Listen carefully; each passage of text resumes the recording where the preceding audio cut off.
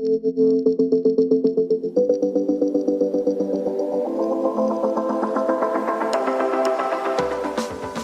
to the Tech Ed Podcast, where we visit with leaders who are shaping, innovating, and disrupting technical education. People who are not afraid to think differently, not afraid to try something new, all with the goal of securing the American dream for the next generation of STEM and workforce talent. Welcome into the Tech Ed Podcast. One of the most frequent questions we get from our listeners, especially the teachers in our audience, the educators, superintendents, presidents of colleges, instructors, deans, these types of people. One of the most common questions we get is, how do I work with other people in my network? How do I work with private employers, perhaps, to help fund some of the projects that I'm working on or some of the learning that is happening in my classroom? How do I partner with these individuals to stand up new programs? We get those questions all the time. We thought it was entirely appropriate to bring today's guests on and talk a little bit about all kinds of things, including how we create that network that can pay dividends over time, and perhaps more importantly, how we can create a network that allows us to help others. Today's guest is an old friend of mine. And when I say old, I mean by many years, not by age. Joe Sweeney is somebody who mentored me probably 30 years ago. If you're not familiar with Joe, you're going to be familiar with him. He's done just a whole host of incredible things. My name is Matt Kirkner. I am the host of the Tech Ed Podcast. My great pleasure to introduce somebody for whom I have a great deal of respect, Mr. Joe Sweeney. Joe, thank you so much for joining us. Hey, thanks for having me, Matt. I got to tell you, you get better looking every time I see you. That's why you probably can't wait till tomorrow, huh? Because you get better exactly. looking And I'll be honest, that gives our audience an example and an idea of how ugly I must have been 30 years ago. If after 30 years, every time you see me, I get a little bit better looking. But I'll take that as a compliment. Perhaps we're both aging well. You look phenomenal and fantastic, and have had such an amazing career that continues to this day, Joe. And we're really excited to hear not just about where you've been, but what you're doing now. And then, as we suggested in the intro, how we can work with our educators, with our industrial employers and others to really create these phenomenal partnerships. So I want to start here. You know, we have a lot of individuals that listen to this podcast that are involved in advanced manufacturing, whether on the technical education side or the employer side. Do I remember right early on that you were involved in the manufacturing sector as you got your career going? Matt, actually, that was really my first job. When I got my MBA from Notre Dame, and I didn't want to work for a big company. And this is before Google days. And I wanted to own and operate my own manufacturing firm. Why? Because I love building things. Right. And back then, and I didn't have any money. I think I left Notre Dame with a negative net worth of $50,000, but I was determined to own my own manufacturing company. So, Matt, I spent 2 years in the library going through resource guides, and I built 1,300 manufacturing names between Minneapolis and Chicago. We wanted to live in Wisconsin, where our families were from, and I wrote every one of those manufacturing firms, looking for a mentor that would take me on, let me buy the company. Long story short, I found someone in Milwaukee, did a succession plan. I ended up owning 4 manufacturing companies. So when you look at all the things that I've done, I always still consider myself a manufacturing guy. Well, then we asked exactly the perfect question as we begin our conversation today to put some of that into context. As you know, Joe, I spent my whole career up until about 7 years ago when I dedicated the rest of my career to securing the American dream for the next generation of STEM and workforce talent, spent that entire career in manufacturing. And you're exactly right. That feeling at the end of the day of looking over your shoulder, seeing a sea of parts on a shipping dock, seeing a truck full of product that's leaving your facility, and knowing that you had a part in making that, just such an amazing feeling, isn't it? Right. That's the reason that I loved it, and continue to love it as well. So let's get into it a little bit more deeply. Now, you're a notable keynote speaker. You're a best-selling author, a super successful entrepreneur, as our audience will continue to learn. But you're really focused, and probably perhaps that success is a result of your ability to build these just incredible networks. And so before we get into the actual methodology or the steps of building a network, help our audience understand, in your words, Joe, why it is so important to create a strong network and to be able to leverage that network to be able to help people and to be able to support your own dreams and aspirations. Yeah, I think, Matt, if you really take an inventory of business and life, I'm convinced that your number one success tool in business is relationships. And I think really the quality of your business, the quality of your life is really based on the quality of your relationships. And the quality of those relationships are based on how effectively you network and connect with others. So I think it's the number one success tool. And again, and it doesn't just apply to business. I've spoken to hundreds of thousands of people. I don't know anyone that doesn't want a better relationship with their coworkers, their spouse, their family, because I think it's the number one most important thing that any of us can aspire to in life.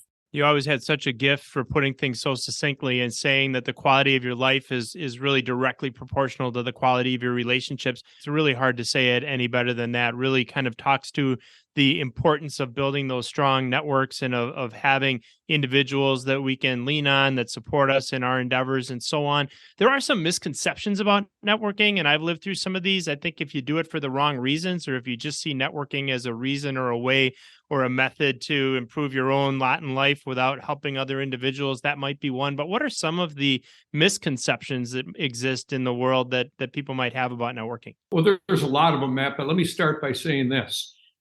Stay with me. I hate networking. Okay. I hate what it represents. I hate what our mindset is about it. But just think about it. When your listeners hear the word networking, what do they think? They think about an alpha male at a cocktail party chasing you down with their business card. I just realized it was 13 years ago I wrote this book, Networking as a Contact. Great book. I read it cover to cover, by the way. A gift from one of our mutual friends. Phenomenal book. But I think, every book can be boiled down to one sentence. And I think the reason this book worked, it helped people to reframe what networking is. And this book in one sentence is to blow up our perception of networking. Networking in this book is a place we go to give and serve and not get. And most of us think about networking, I got to go to that networking event because I got to get 3 leads. I got to get 2 business cards. I got to get. And then they call and say, hey, Matt, this networking thing doesn't work. Versus when we go to those things, how can we ask better questions to connect with people? How can we figure out how to help other people? Because I've written 4 books, and I think part of the message of all 4 books, a theme is when you help other people get what they want, you'll get everything you want in life and more. And I'm an example because I'm not that smart. You know me, I'm not that talented, but I think I've lived that philosophy for 60 plus years. And I think that's one of the things when I leave this earth, I want everyone to know that my life was really about trying to help other people get what they want. Such a powerful message. And by the way, I do know you, and you are pretty smart, self-deprecating as well, but obviously an incredibly intelligent individual, but with the power of creating those relationships and with the power of helping other people, and tremendously successful in so many different ways.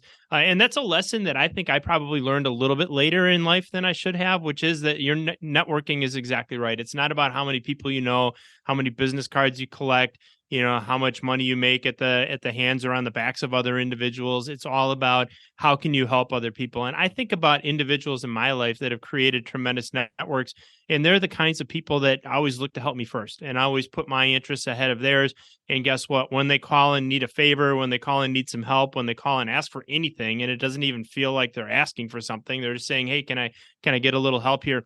Those are the first people that you step up and you say, I'll help you in any way you can. But it's because in part, I want to help them as a starting point, and in part because I would never want to feel like I wasn't honoring the way that they had helped me in the past. So looking for those opportunities to help individuals is so important. Yeah, Matt, I always say this too. You're connected with someone when they pick up the phone, they call you and they say, I need a favor. And your answer is, the answer is yes. Now, what's the question? Exactly.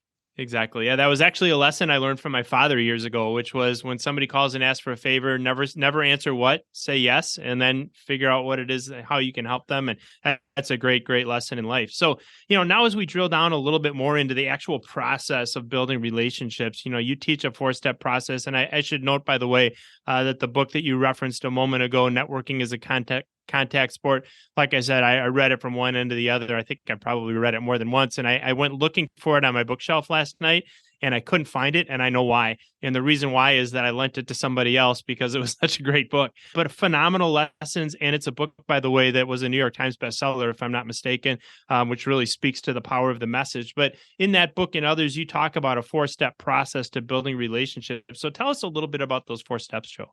Well, Matt, I'm going to start out and say I'm embarrassed to talk about it for one thing. It is so simple, the process. And I speak all over the country and I tell people, hey, you brought this guy in here to talk about this 4 simple thing. But if you think about really moving the needle in life, it's most things are really simple. They're not easy. Think about losing weight. Losing weight's really simple. You just exercise more and you eat less, but it's really hard to do. We got a 35%, 33% of our population was obese before COVID. Now it's over 40%. And so while it's very simple, it's hard to execute. And those 4 steps are this, and I'll give the 4 and I'll just take a second to explain each one.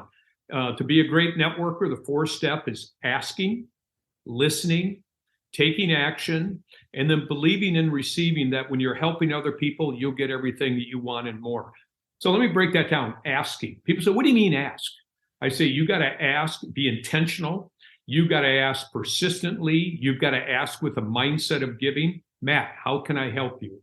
You've got to ask creatively. You got to ask outside the box. And the number one thing about asking is you got to make asking fun. And if you can figure out how to way to make asking fun, figure that out, you'll never work another day in your life. And I'm proof of it. And so, and you were there, I think, 25 years ago or so when Bob Costas came. I was indeed. I do a whole segment on Bob Costas where I kept asking him. I was persistent, but he wouldn't come to Milwaukee. And finally, I sent him. I knew he loved stadium brats from County Stadium and the secret stadium sauce. Yeah. So I sent him all of that. And eventually he said yes. And I think part of that is I figured out how to make asking fun. So first step is ask. Second one is listen. God gave us 2 ears and 1 mouth, use them in proportion.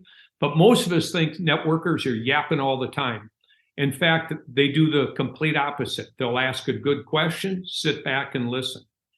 And I think the third step, a lot of us ask and listen, Matt, but a lot of us don't take action and we start creating excuses. This is one of the best books I've ever read about overcoming excuses. Wayne Dyer, Excuses Be Gone. And what he said in there, or the book can be broken down. Again, your readers don't have to do it. I'll explain it in 20 seconds. When he wrote the book, he sent out 5,000 surveys, had 10,000 responses, and charted the top 18. And the number one excuse for not taking action is, I'm just too busy. And I highlight that in my talks because that's the number one excuse all of us make for not networking. I'm just so busy. And if you can figure out how to network from networking as a contact sport, you realize you're networking all the time. You can do it at the grocery store, at your kid's volleyball game. And then the last one is believing and receiving. If you help other people get what they want, you'll get everything you need and more in life. So those are a quick overview of the 4 steps. Absolutely. Well, there's so much to unpack there. First of all, I was indeed at that event where Bob Costas spoke, and it's got to be at least 25 years ago. But just to put that into perspective for our listeners at the time, if memory serves, you were the president of the Wisconsin Sports Authority. That was the Wisconsin Sports Hall of Fame dinner, at which the likes of, and I won't get them all, but Robin Yount, Bonnie Blair, I think Dan Jansen, the Big O. I think all of them were inducted that year into the Wisconsin. Al McGuire. Yeah, and Al McGuire. Oh, my goodness. And my alma mater, Marquette. Shame on me for missing that one. I'll never live that down. But absolutely, Al McGuire as well. And Bob Costas was served as the MC. And I had an opportunity that night actually to meet him, which was a pretty special opportunity for me as well. But he did. He got up and we'll have our producer link up the episode or the speech rather in the show notes. So we'll let our listeners take a look at that. Got up and told this story of your incredible perseverance and persistence in getting him to come. And then a little inside baseball that I hope you're okay with me sharing. We have a mutual friend who was working with you at that time. I want to say that at the end, and he maybe even said it publicly, that Bob Costas not only came and spoke, but he donated his speaking fee back to the organization, I believe, because of what a special night it was. So there aren't too many nights in my life that stick out as poignantly as that one. That was a really special time. And it really speaks to all 4 of the steps of networking: asking, listening, taking action, and believing and receiving. And you think about all the blessings that have been been bestowed on you, if I may, over the course of time, because you helped so many people. Really, really a great story and a great example of how we can codify the importance, not just the importance of networking, but why we do it and how we do it. And I love the fact that the steps are simple. I think the best things in life are simple, but it is taking that, taking the action and actually having the discipline to walk through those. That is the part that's so important. You mentioned, Joel, as we were getting started here, your time in manufacturing. I know that's one of the questions we get quite frequently from educators, and we teed this up in the introduction. We spend a lot of time in the world of technical education, STEM education, and we've seen some really interesting partnerships between private employers and educators. I would point to Ashley Furniture and the Wanek family and the way they've supported technical education in Western Wisconsin. Would point to S.C. Johnson and Fisk Johnson and his support of things at Gateway Technical College. Metalcraft of Mayville, a large Wisconsin manufacturer, close to $1 billion in revenue now, I believe, has supported 4 or 5 different high schools to the tune of $250,000 a piece, by the way, to build out new STEM labs and new tech ed labs. It's been really, really fascinating to see that. But one of the questions that we get quite frequently, Joe, from our educators is, how do we go about building those relationships? Well, my answer is always, start out by asking for help, not money. If you just go to somebody and say, hey, we're building this new tech ed wing, we want $100,000, you're probably not going to get it. If you ask for their opinion and their help, you might get somewhere. But what advice would you have for the educators, whether it's a dean, a principal, a superintendent, a teacher that's trying to find opportunities to fund a new program and needs to build a network with their private employers in order to do that? Okay, so here's what happens a lot in fundraising. I've been on a lot of boards, I think 28 boards, about half paid, half nonprofit. People are always saying, we need money, we need money. And we need to stop that mindset and say, and I don't care if it's Fisk Johnson or Ron Wanek or whatever, what's in it for them? Why would they want to support our technical school? And here's the answer. And without getting down a rabbit hole about higher education, people are starting to realize for the first time in my lifetime, college education might not be the answer. And I just read a whole study, I don't know if it was in the Wall Street Journal, Matt, about someone who goes to a private school and studies liberal arts, comes out with $128,000 of debt, versus a person that goes to a technical school, does a apprenticeship program. They've got 80,000 they've earned, or they have in the bank after 4 years, versus 130 of debt. And not everybody needs to get a 4-year degree. And I think with the rising cost of college education, a lot of people coming out can't get a job because people don't want to hire someone with a Bachelor of Arts in Gender Studies, and they end up working at Starbucks for $17 an hour. People said, geez, maybe I was always good with my hands, or I liked to wire things. Maybe I should have been an electrician or a plumber. Plumbers are $100 an hour right now. So I think, back to your question, the answer to what's in it for employers, we can help supply your workforce. Because as you know, the number one challenge, I hear this from all the boards I'm on, all the banking clients that we deal with and bank boards, number one challenge in America is labor. And there's a lot of reasons for that. But go back to your original question, we need to have companies support what you're doing, because you will help fulfill the workforce void, which is their number one problem. I would start with that. Wow. I mean, that's exactly right. And going back to what's important to those employers and starting with that point, very articulate, by the way, explanation of the challenge facing manufacturing from so many different angles, Joe, and also some of the challenges that we have in education and what educational pathways people are choosing. So lots and lots of great points there. So let's turn the topic now to networking for industrial employers. And you teed this up perfectly, talking about the biggest challenge of the companies on whose boards you serve. And I serve on a number of private company boards, corporate boards, manufacturing boards as well. And you're right. Everybody is saying our biggest challenge is finding great people. Can networking be a solution to that problem for industrial employers, manufacturers that are looking for more talent to fill their manufacturing plants and operations? Absolutely, it can. But I think a bigger issue, Matt, is to stop and ask, why do we have that problem? Again, without getting down a rabbit hole, Go. I'm on the board of Town Bank and Wintrust, 2 banks. Sure, yeah. We had this at a board meeting about talent, and this is actually in and out of COVID and all of that. Sure. And we kept talking about the problem and solutions, but instead of asking why do we have the problem? And again, without trying to be critical here, Matt, if you know how to game the system, and what I mean by that is if you can understand all the government handouts today, you can make $45,000. And I broke it down to the board. So why would you, if you could stay at home and make $45,000, by the way, tax-free? People have challenged me on this, but I've got the facts on this. It's not an opinion. Why would you go to $16 or $17 an hour as a bank teller or at work at Starbucks and make 32 or 34,000 a year? Perhaps, and here's the other problem. 40 or 50 years ago, people would be embarrassed to take government handouts. I don't see that today. I think people brag about how they know how to game the system. So I think we've got a fundamental problem with our government and not incentivizing people to go to work. And, sure. And so that's a whole nother topic. So can networking help us find people? Absolutely. But I think before we run out there and spin our wheels, we got to stop and say, why do we have the problem?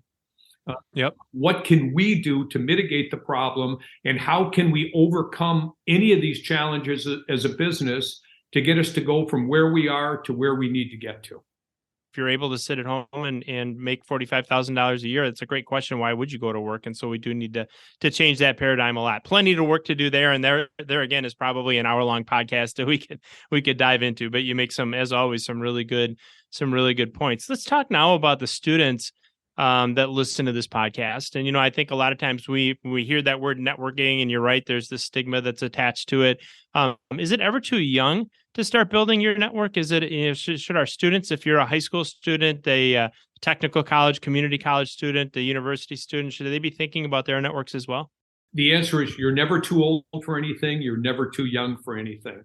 So to answer your question, you're never too young to network. But here's what you have to figure out, I think. Number one, and this is hard for young people, what do you want? Well, that's a whole process. Number two, who can help you in that process? And what I always try to tell young students, I never tell them what to do. I try to start by saying, I'd invite you to consider, that's much less threatening than say, do this. Find a mentor. Find someone that you say, that's somebody that's doing something that I could see myself doing someday.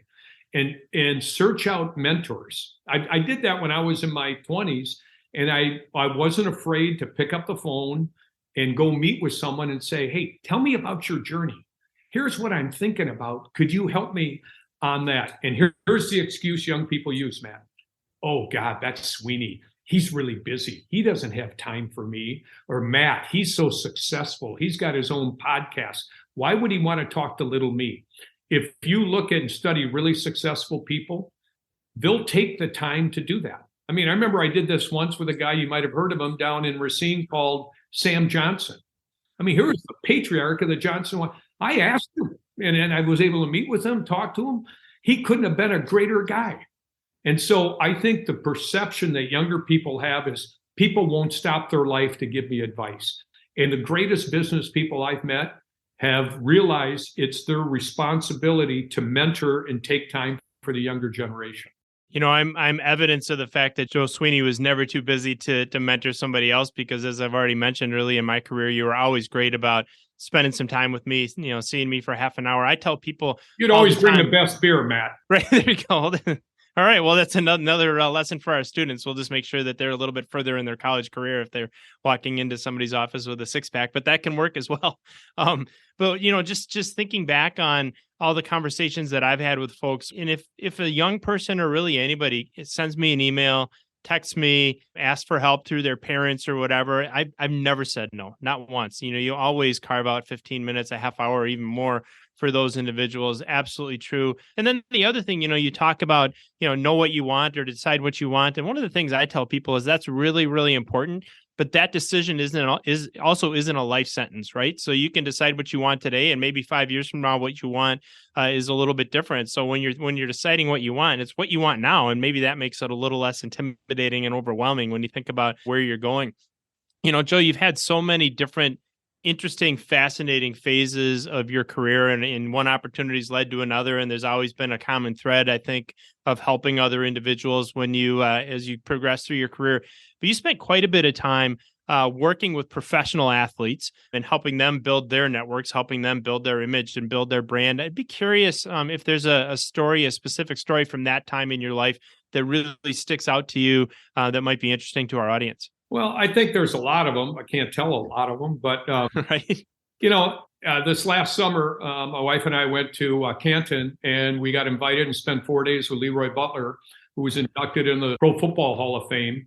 And that was just so meaningful to be with him after, all the time that he had at Green Bay. And you've talked about this, and Brett was a big part of the SMG. And people always say, "Tell me the greatest Brett Favre story. Tell me." And I'll tell you, the greatest Brett Favre story ever, where and who Brett Favre is today. Whether you love Brett or not, and he's spoken about this publicly, I'm not speaking out of school, he had a lot of addictions. And it's been written about, whether it was alcohol or Vicodin or whatever. The greatest Brett Favre story ever is he overcame all of it. All of us have deep demons inside. Some of us talk about them, some of us don't. Some of us hide them better than others. But Brett was on the front page of the paper all the time, and people talked about all this. And I give Brett Favre a lot of credit because he overcame these addictions that had he not, he would have been dead 10 years ago. And so without getting into the weeds of all of that, to me, that is one of the great stories of resurrection. How someone was down, addicted. And if you really understand addiction, and I've been through rehab 5 or 6 times, not for me, but for friends that are going through bad addictions. If you really understand addiction, the opposite of addiction is connection.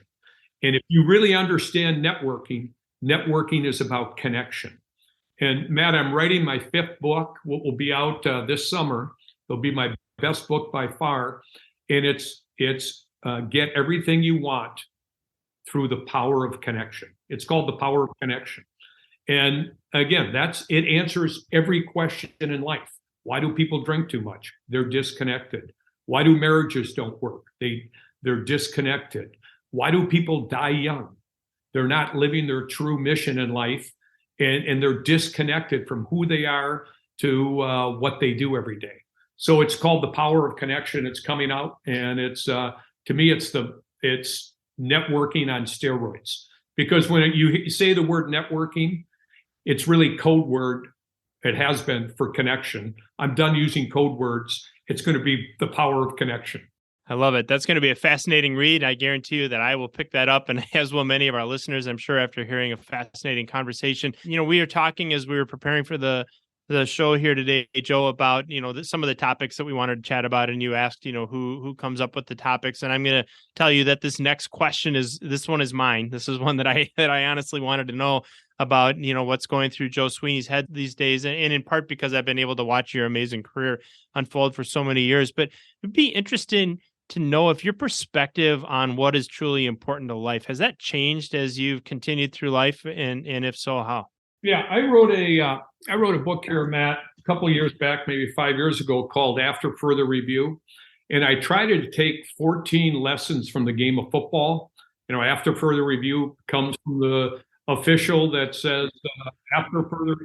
But the point of all of the book is to get people to reflect more about their lives. And I think it's probably the number one challenge we have. And the reason that's so critical is that many of us never hit the pause button, go into the locker room like a football team does, review what happened in the first quarter and second quarter, and then figure out a game plan for the third and fourth quarter. And so you ask, how has my perception, how have things changed? I think the best chapter in the book is chapter 7 or 8. It's the 4 quarters. There are 4 quarters in a game of football. And if you really think about it, there's 4 quarters in the game of life. From 0 to 20, we get educated. From 20 to 50, we're raising kids, building our career.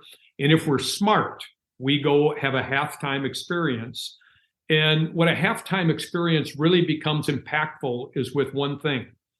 we realize, or you realize in that period in the locker room at halftime, we're all going to die. My life as we know it is going to end. So the real question becomes, what are you going to do between now and the time you leave this earth? And so, and I'm in the third quarter, where if you do it right, hopefully you realize it's not about you. You don't have to buy another manufacturing company or get on another board. It's really, how do you do a better job of serving people? And each quarter has different rules, but has my perception changed? Yeah, I'm not as hard charging as I used to be. And when I speak, Matt, I end my talk with this. I do the rocking chair test for the audience. I ask them to pretend that they're 96 years old, they're in a nursing home, sitting in their Depends on a rocking chair, reflecting on their life. And the question that I ask the audience is to go there and ask yourself, what would my life look like if it really turned out great? Now, that's a hard question. I did a weekend retreat answering that one question. Then I want you to come back to today and figure out what you've got to do between now and the time you leave this earth in order to have a great life. And part of that whole segment is I say, if you've ever been on the deathbed of someone who was dying, a parent, a grandparent, a spouse, a buddy, all people want to talk about are two things: the relationships they've built and those special moments in time that we've had with people. Because at the end of your life, that's all people care about. They don't care about your cars, your houses, or how much money you made.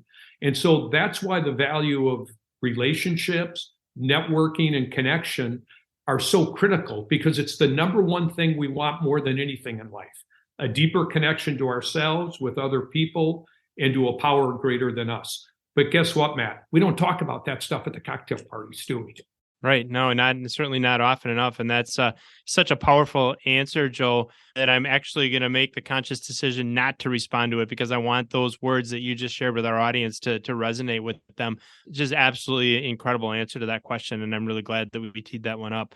One last question for Joe Sweeney. And this is a question that we ask in one form or another to pretty much every guest that joins us on the Tech Ed podcast. And we always get some fascinating answers. So you talked about, where you are in the third quarter of your life, what you might like to be able to say about your quality of your life, or what you accomplished and what was important when you're 96 years old and in the rocking chair.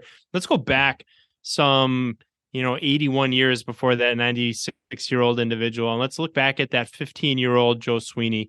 And if you could sit down and give some advice to that 15-year-old young man, what would you tell him? Matt, I've been asked that a lot, and I've thought about that question. You know what it really is code for?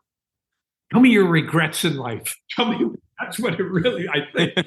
But here, I thought about that. And I think what I would have done is I would have told myself to be more patient, be more observant. There is a book out that your listeners ought to get. It's called Entrepreneurial DNA. And it talks about the 4 types of entrepreneurs. I'm an entrepreneur. There's something called a builder, an opportunist. Salespeople are opportunists, a specialist, and an innovator. And whether I like it or not, I'm an opportunist. And that's not a negative. And all the deals I've been involved in, companies, 12, 13 of them, the greatest successes I've had is where me as a opportunist have partnered with a builder. I wish I would have been a builder, but I'm not. And so I would have listened more to my guts. I would have done more what my guts were telling me versus what I thought society wanted me to do. And if I had to define the 2 different parts, first half and second half, in the first half, I was always driving all the time and trying to make things happen. My mantra was, if it's going to be, it's up to me and all that. Now in the second half of life, what I'm trying to do, and I would have told my 15-year-old self this, but maybe you need experience to get there. Now instead of trying to drive, I try to listen to what life is trying to tell me and then help it along the way. And I found out through hard knocks, that's a much easier way to live life than driving all the time. It's exhausting after a while. And I've started a lot of different companies and a lot of different industries and changed jobs and changed careers. That's exhausting to get up to speed. You got to be a quick learner, but you can do it if you know how to network and get knowledge from other people. So I would have told myself, be more patient. I made a lot of investments in things that didn't work out. I should have listened to myself instead of investing to what the mob was telling me what I should be into. Well, I love the way that you put that. Listen to what life is trying to tell you, and then help it along the way.